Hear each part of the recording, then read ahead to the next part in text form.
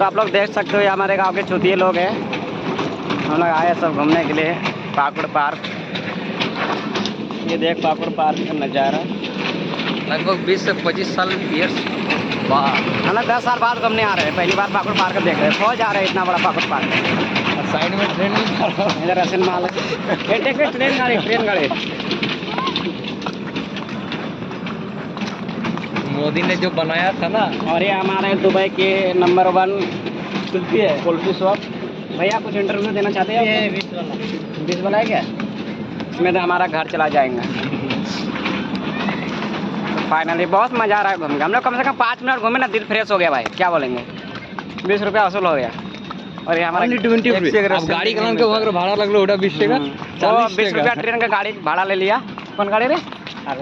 Hayabusa Ninja Ninja star. देर ले हमारे बार।